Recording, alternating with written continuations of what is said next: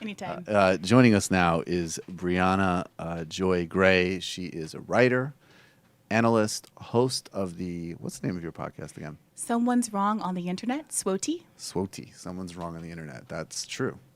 I like how you named your podcast after a truism. Yeah. She's going to be hanging out with us through the rest of the public show and into the post game. But we have to start with a piece that you wrote for Current Affairs called How Identity Became a Weapon Against the Left.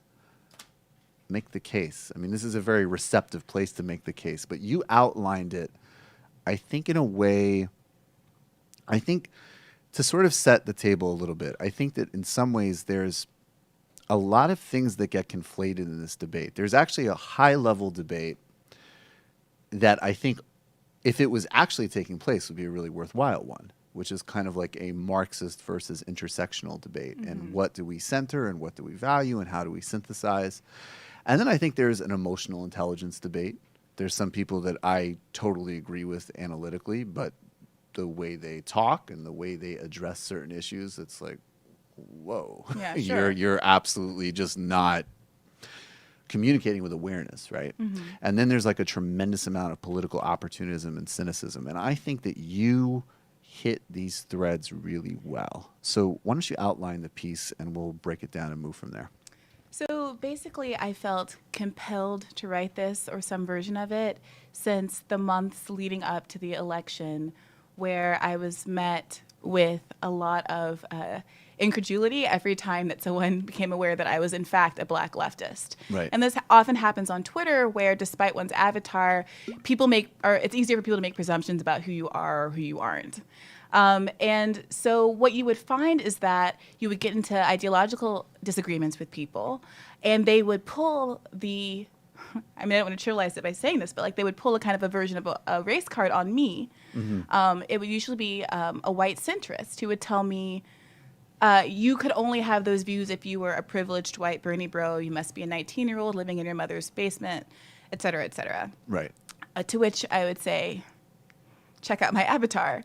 And the response I found, troublingly, was often that they would completely back down. And it would confuse me because my position was I'm right because I'm right, not because I'm not white.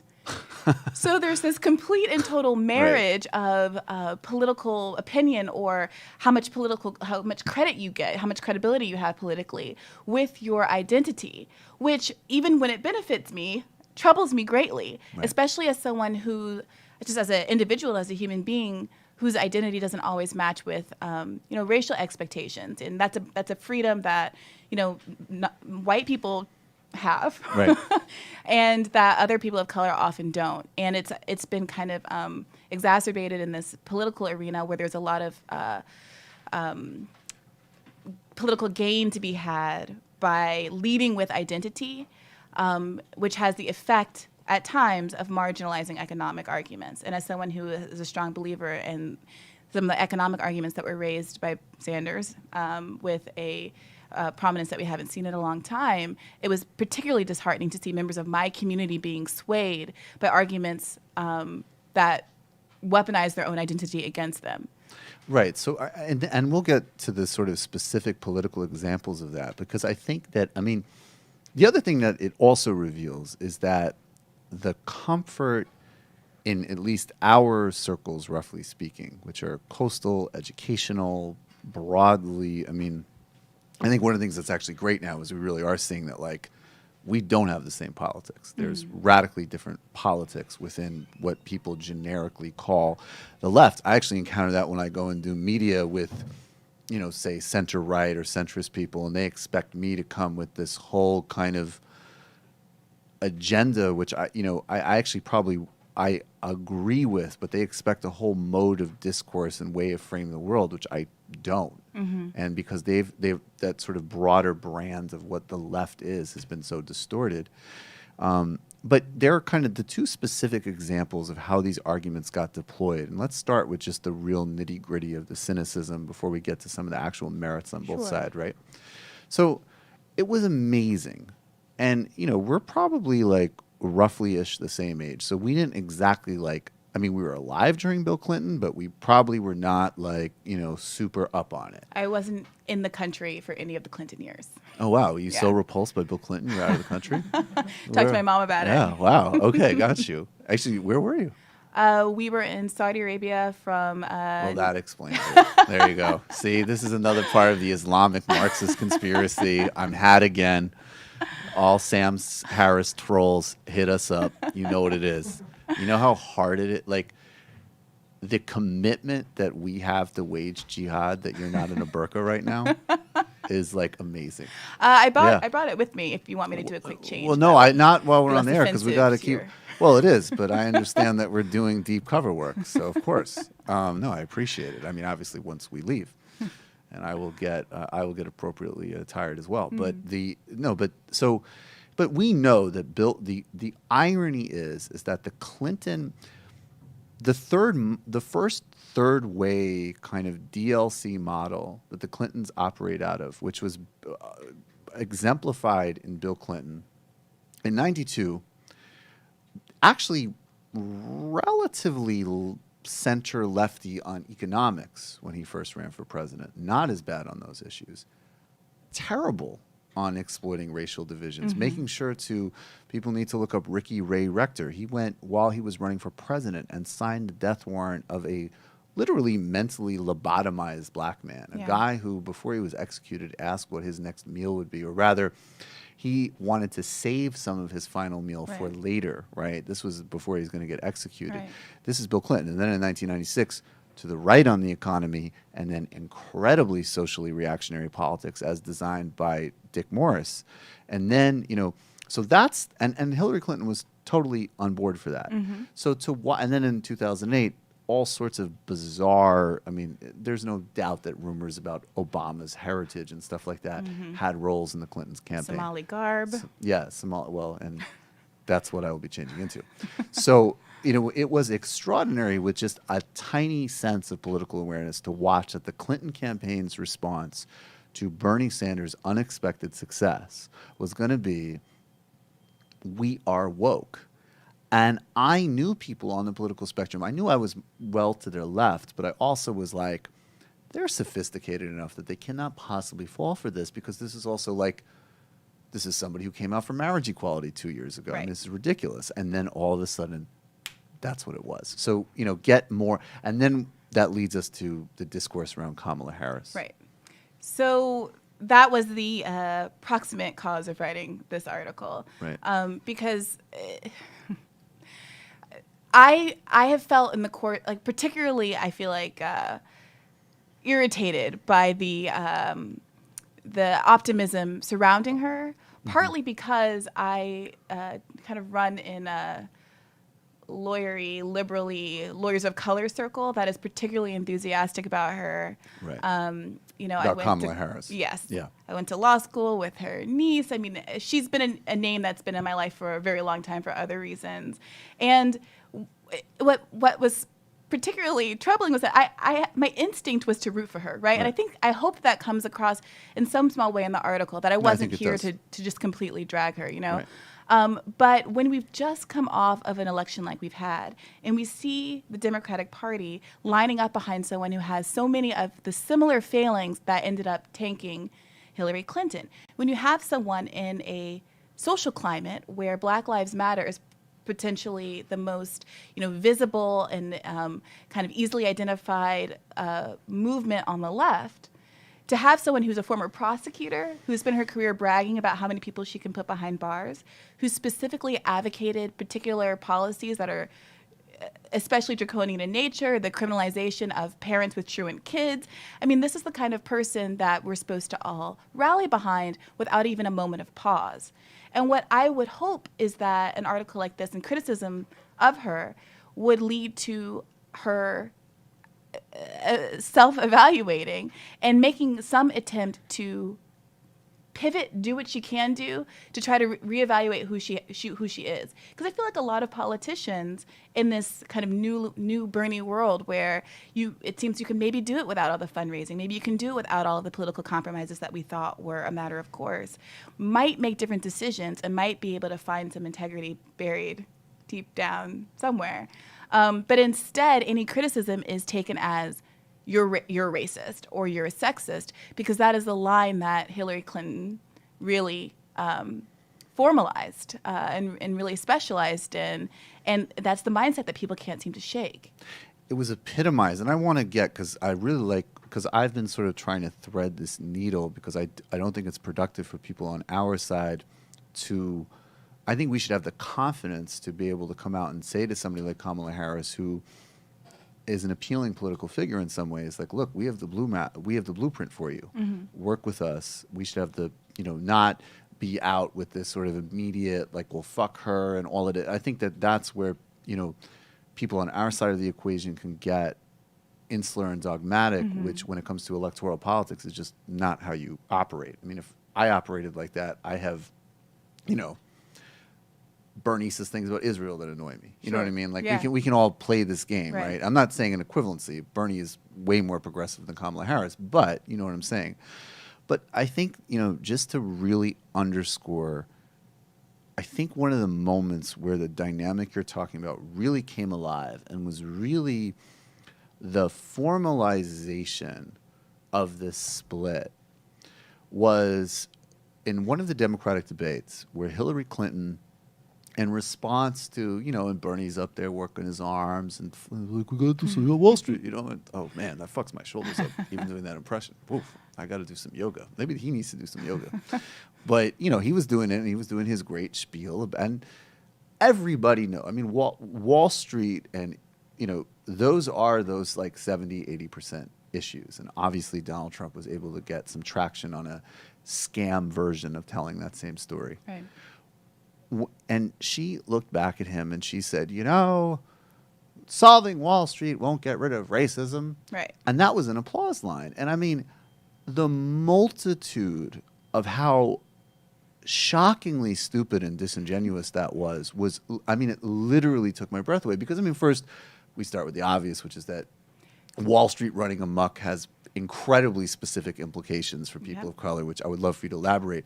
But then second, it was like, that's the new, like, what is she going to say? Like, I'm not going to sign a new SALT treaty. That won't solve racism. Like, what the fuck? Like, it was, because that to me is the kind of broader thing that also shows up with Kamala Harris. There's this bizarre, like, if Kamala Harris becomes my token of emotional political redemption, that also becomes this extraordinarily bizarre racialized discourse in and of itself. And even there, you're basically saying, like, hey, people of color can't have any policy sets on anything, including, by the way, in that instance, one that does have a disproportionate effect on people of color. But that would be like, why do arms control? Yeah. Why sign a new, whatever. Yeah. Someone on the internet tweeted at me once, oh, you're concerned with economic equality? That's so privileged. It's something that, only a white person would have to deal with. Can you repeat that again? I shit you not. Like, economic equality is such a white privileged thing to care about. Okay. That's interesting. Yeah. I mean, so, yeah, as you've pointed out, first of all, the Wall Street failures disproportionately affected the black community. I think it stole something like 40% of black wealth. Yeah. And black wealth through is home already... ownership. And we're already something like a nickel to a dollar of white family wealth.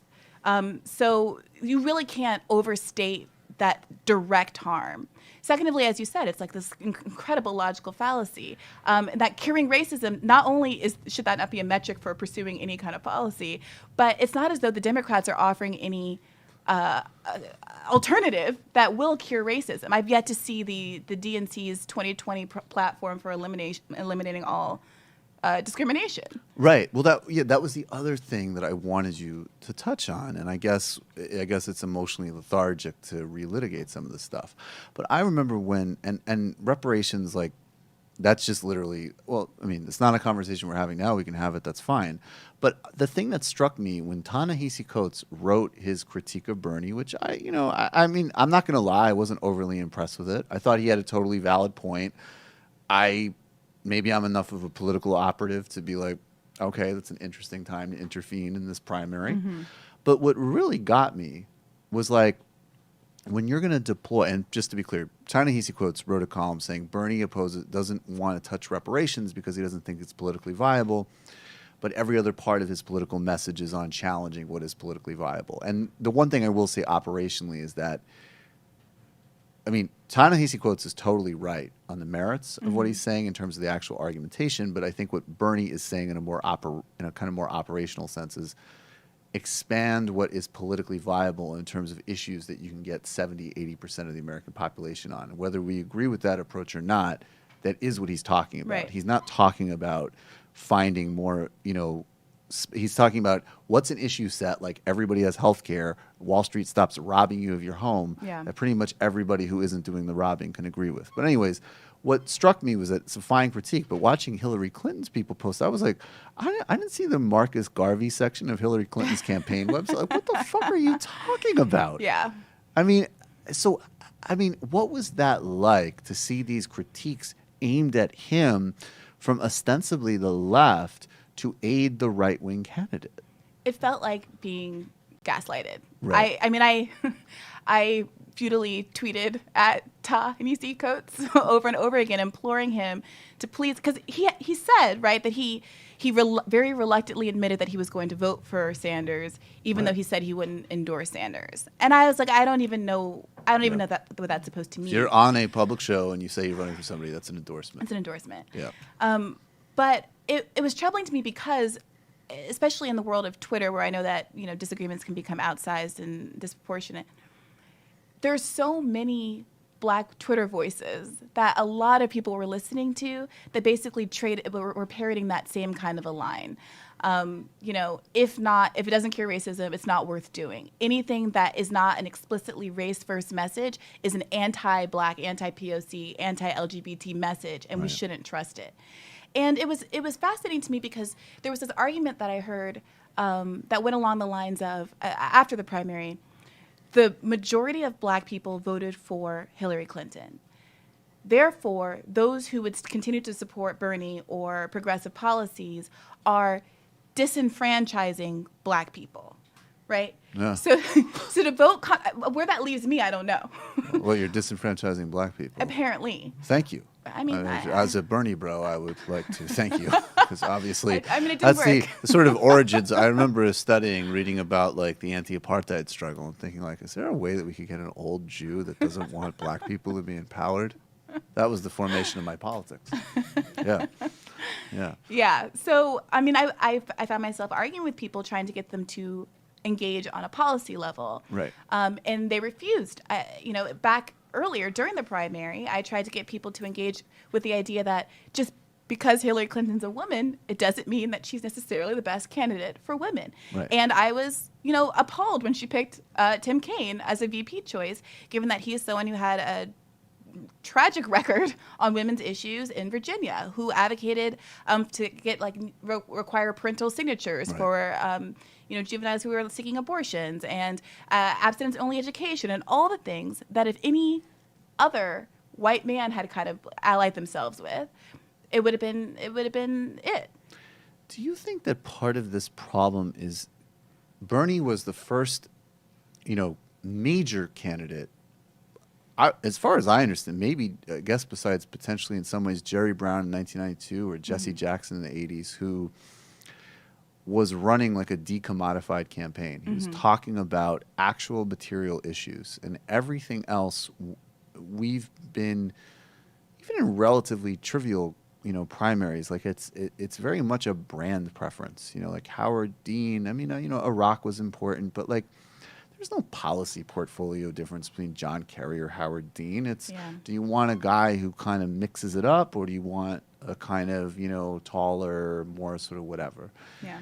And that there is a whole generation of people, of which we are, but somehow we escaped, that is simply trained to just filter politics as a personal brand proposition. So that now with Kamala Harris, because the other thing that's bizarre is like, I have one friend who's totally in this like hyper liberal, identitarian category. But the thing that I appreciate about him is I'm just like, dude, look, like run Barbara Lee. And I would totally, strongly consider supporting her, right? They don't like that. Well, he does. So to his really? credit, he's with it and he gets it. But besides that, it's like what is it that why don't they like that? And what is this politics that continues even after the debacle of 16 where it's a brand. So it's like this intense emotionality, but it also feels like I'm debating Puma versus Nike with somebody. Oh, I thought you were going to bring up Puma as in the Hillary Clinton Pumas. Oh, no. I wasn't even want to get back to those people. Jesus, man. Yeah. I remember that. I remember supporting Obama then. And it was really hard because obviously as a sort of young socialist, I didn't want a black president, obviously. Of course. But yeah, of course not. But I was, but a woman, I mean, Jesus, I have my limits. So 08 was very hard. Yeah, I can bet. Yeah. It was a tough year. That was difficult. Real struggle bus. Yeah. What I get from people when alternative, progressive candidates of color are proposed is that it's a pretext. They just don't trust it. Because there was a lot of, I don't like Hillary, but I'm going to vote for Jill Stein, right? And I think that kind of started to make people distrustful because they didn't see Jill Stein as a legitimate candidate. They thought, you're only putting her forward because you know that she has no viability, right, and you're just trying to cover the fact that you are a Bernie bro and that you're a sexist.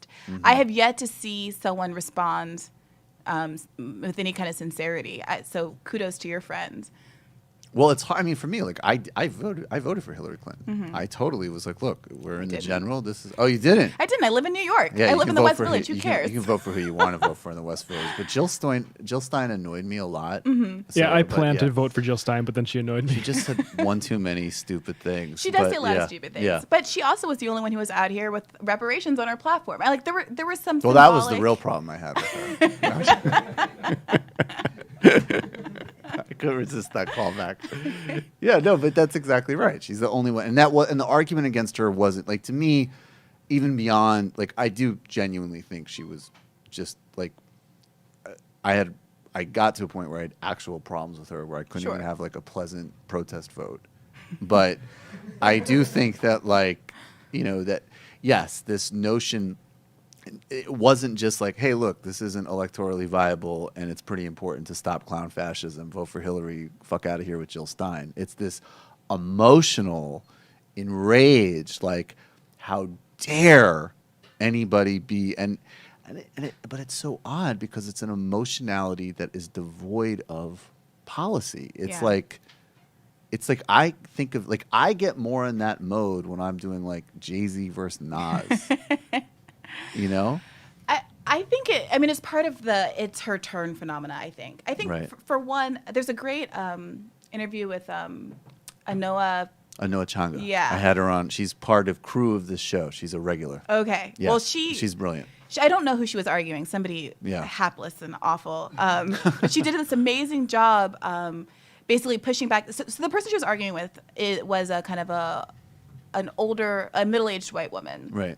And what became really clear in the course of this discussion was how much there was like this generational schism that was contributing to people's inability to see things the same way. Right. So that there's this like kind of older white female voter who really did internalize that notion of it's her turn. And I want to give some respect to that because I do understand this whole like Ruth Bader Ginsburg generation, this Gloria Steinem generation, who really can't wrap their mind around things beyond representational politics because they're just in this kind of second wave mode that was legitimate and important at a time. Right.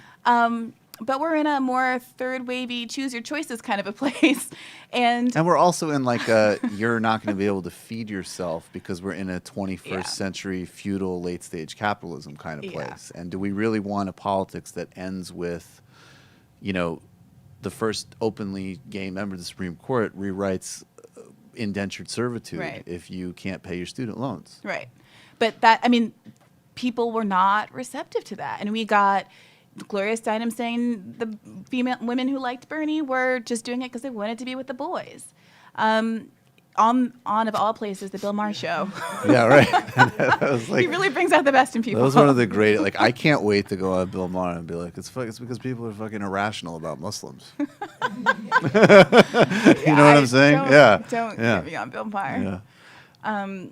But yeah, so I do think that there was just kind of like a cultural gap where there were people who just really were invested in the symbolism of what was happening and weren't able to shake it. And I try to reflect about how I would have felt in 2008 if there were a more politically aligned non-black candidate.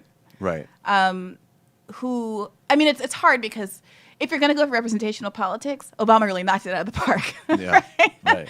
I mean, he did a really good job just being what did Joe Biden say, the cleanest, most articulate black man that you could find.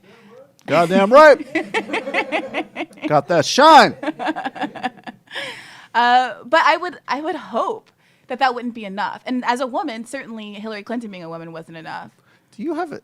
And I think it's very important that we frame this question carefully, and not just because I'm a white guy, but just analytically. Like when we talk about, like the assumption that the black community would be to the left in America to me, it's just a faulty assumption, right? Like, and even the way, if you have any sense of like internal dynamics of different communities, like the Caribbean politics of where I live in Brooklyn is very different than like Harlem, right? Like there's real, so, and obviously the age gaps in terms of Bernie and Hillary tracked with everything else. And I, in terms of young people of color voted for Bernie and older people voted for Hillary, generally speaking. And now I think even with Kamala Harris, like I think one of the things that actually is a sidebar I think will be tricky for her just from observing her. I think she's a very appealing candidate in a lot of ways, but I think Obama through a really unparalleled charisma was obviously, he is a Harvard Law graduate. He is incredibly, of a certain professional class and training, but he was very down to earth and very kind of globally relatable that I don't see Kamala Harris having. That's just more of a kind of stylistic critique. But my point being is like, it's faulty to assume that people of color would necessarily be to the left or that some communities wouldn't internalize neoliberalism just as much as everybody has internalized it. But that said, I mean, not from the community as a whole, obviously, but from a leadership class perspective, what does it mean that the pivot, even from figures like, I don't know, as with all their flaws, Jesse Jackson or Cornel West or Angela Walker or Angela Davis or Bell Hooks, who had, like, they have actual politics. Yeah. These are people with very serious politics, and they do see things in a synthesized way. And they did name check poverty and class, not just to include it in something to index, because they understood it. And now we're emerging with this that representation in terms of power and what's given a platform is becoming quite center-right. And actually not only, centering race, which is one thing, but actually saying, like you've been saying, that it is antithetical. Amani Ghani, like it's sexist to support single-payer healthcare, which, by the way, negates all of Barbara Lee's work in getting rid of the Hyde Amendment, right? Yeah. But, wow. That kind of reactionary step is pretty extraordinary from people that are at least publicly branded and presented as you would represent a perspective that is a little bit more attuned to the needs of most people. I think that so identity politics is an operation, but so is respectability politics. And I think that respectability politics plays a huge role in communities of color. I can speak particularly to the black community. Even though we have had figures historically with a lot more political meat to them, obviously, right, there is always this feeling that, this isn't going to be a real thing. They're not really credible. Jesse Jackson can run for president, but he's, however Bill Clinton poo-pooed him, like that was the general feeling. Even when Obama started his run, no one really in the black community took him particularly seriously because we are used to a history of kind of disappointment in this realm.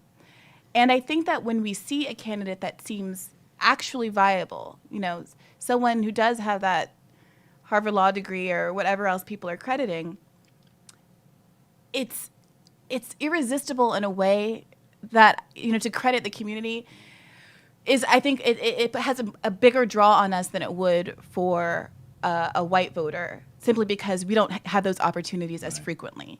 Right. And I don't want to say that there's zero value to representation in the world. I think that its value is dwarfed by obviously like genuine political representation. But, Obama was a symbolic victory. Obama did teach some people that black people could be clean and articulate. Obama did inspire some little kid somewhere that they could shoot higher than, whatever their public school teacher told them to do. And I think for so many, we learned with Obama that was an achievable goal. Right. And now maybe someday a different kind of progressive candidate of color will come along and teach us that we don't have to compromise so much on our politics to also have pride and a sense of simpatico with our leaders. It's a final question before we go to the post game, and thank you for hanging out. Yeah, you're going to be able to take calls and IMs and, mess around a little bit more. Do you think that, I think that there's fluency that's kind of very broadly, even, in ways that can be kind of easy to make fun of. Like, here's the BuzzFeed listicle about like the 10 ways that the third season of Game of Thrones, like let down women or something, right? Right. And I'm not saying those conversations aren't valid, but I'm just saying like there is a very broad discourse with regards to gender and race. There's no discourse on class. Mm-hmm. And there's no discourse on class as either a category, like for me, I hit the gender, skin color jackpot, sexual orientation jackpot, but I grew up really poor. Mm-hmm. That absolutely strongly influenced my perspective, my experience, and orientation to the world. And there's not even a semblance of recognition of the need for that kind of perspective in public discourse. And then secondly, the other way in which class is not just, and this is where I think the intersectional analysis kind of falls a little bit, is that class isn't just like another category of identity. It's literally a function of how economies are designed. Mm-hmm. And it's literally a way of thinking about how profits are made and how things are commodified and who benefits and who doesn't structurally, regardless of what people's brand preferences are, whether they drink beer or wine or anything like that, the terms that we like to think in. Mm-hmm. So I just think that if we don't center class, we're not going to be, not at the expense of anything else, but get people to understand the class discourse. We're never going to be able to achieve the types of things we're talking about. And what do you think is the method by which we can get that discourse out there? I think about this a lot. Yeah. Because it has become apparent to me after years of kind of being that person who says, don't police my language and I can say mansplaining and all of this kind of stuff. I've come to the place where I don't think it's constructive. And that is not a popular No. That is not a popular view, and I'm still workshopping my feelings on this. Mm-hmm. So I'm going to reserve the right to revise my opinion here. But I was thinking just this morning about the ways in which we talk about race. I'm going to answer your question. No, but the take your time. There's no rush here. Take your time. We have a very bright audience. They're interested in your thoughts. Okay, good. Yeah. I've been thinking about the ways in which we talk about race aren't necessarily aligned with what our end goals are. So I might think it's appropriate to say, you are in fact mansplaining to me, and mansplaining is a legitimate phenomenon that exists and it's a thing. Right. Sometimes it's overused, but sometimes it's properly applied. But if the result of me saying it to you in that way is for you to feel like you want to shut down and not engage in the conversation and not understand where I'm coming from, then it has marginal utility. So I've been thinking about how we talk about race and identity politics, and how white identity politics, right, the kind of things that we saw in Charlottesville a couple of weekends ago, isn't characterized as such. But it absolutely is. But it is absolutely the same thing. Absolutely. And how there are these kind of parallels between how liberals talk about race and conservatives talk about race. And so we'll say things like, they hate us and they just voted for Trump because they don't care about us, and they either expressly want us to die and genocide and leave the country, or at very best they're indifferent to us. And on the other side, we hear, oh, they hate us, they want to destroy our lifestyle, they want to genocide us. Everything is about how white men are terrible, and so why should I care about them? Mm-hmm. And liberals, it's not the same. I obviously don't believe that each complaint is valid or similarly valid.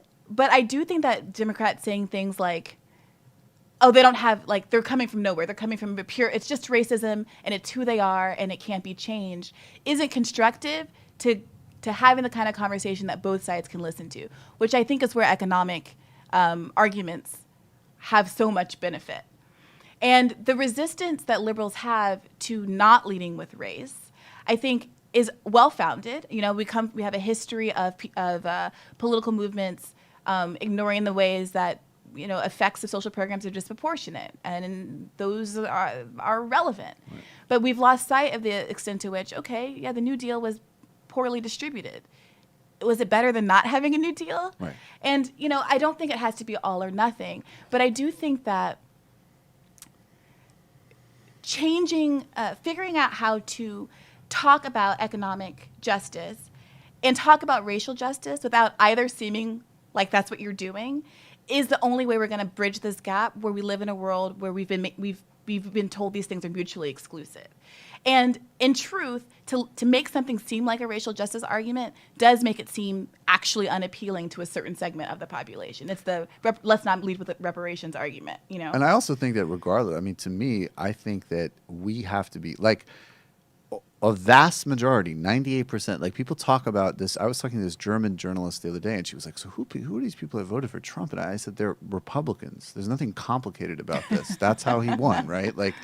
And Republican is the white identity party, and he won on white identity politics. And the only reason that's complicated is because we have idiots like Michael Kinsley, who I talked about earlier, who need to retire. But that said, so I have no interest in catering to those people or pretending that their beliefs are otherwise. But that said, the correct moral case and the Machiavellian strategic case that marginalizes that is economic. Right. And any answer to that from liberals that not only delegitimizes that, also is not serious about making sure that Jeff Sessions is never Attorney General again. Right. Because there's this other bizarre kind of liberal like, oh, well, I'm willing to lose. And it's like, well, you know, I'm not. Because I know people that are actually quite deeply affected by all aspects of this. And in fact, across the spectrum we talk about, whether it be class, race, gender, anything else. We must win these things, and we must implement an agenda that addresses all of this simultaneously in a synchronized way, or we're not moving out of this. Like the human project is not going to keep moving.